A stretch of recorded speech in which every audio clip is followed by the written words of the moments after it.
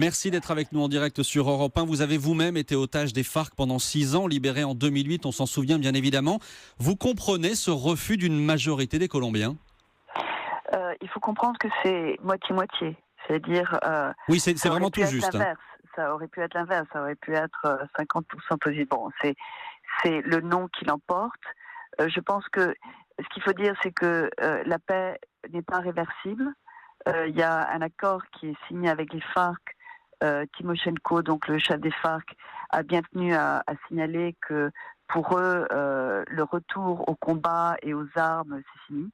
Ils veulent maintenant se battre avec les mots, et je pense que ça c'est très très important. Mhm. Ce qui est vrai, c'est qu'il va falloir trouver un moyen de faire un accord de paix qui unisse les Colombiens et pas qui les divise. Et c'est vrai qu'il faudra notamment regarder de plus près ce qu'ils ont appelé la justice transitionnelle Mhm. et les peines possibles pour ces dirigeants des FARC qui ont commis des crimes, notamment la séquestration, mais d'autres, des massacres et des crimes de lèse humanité. Vous, personnellement, vous étiez pour cet accord ?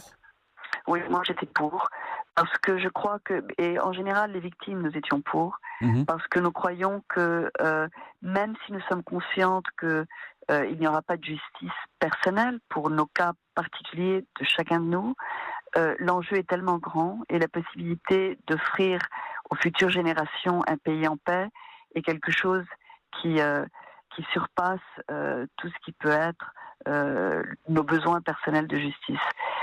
Ceci dit, je pense que les Colombiens ont tenu à faire passer le message aux FARC qu'ils veulent plus. Ils veulent plus de crédibilité. Je pense qu'il y a eu un problème pour les dirigeants des FARC si vous voulez, de ne pas avoir été suffisamment convaincants Mhm. dans leurs intentions et dans la façon dont ils faisaient une analyse de leur passé. Ils ont été peut-être trop légers juste avant la signature de l'accord de paix. Timoshenko avait dit qu'il demandait pardon aux victimes, mais c'était tout juste avant. Et je crois qu'il aurait fallu plus de travail à ce niveau-là. Encore une question, Ingrid Betancourt.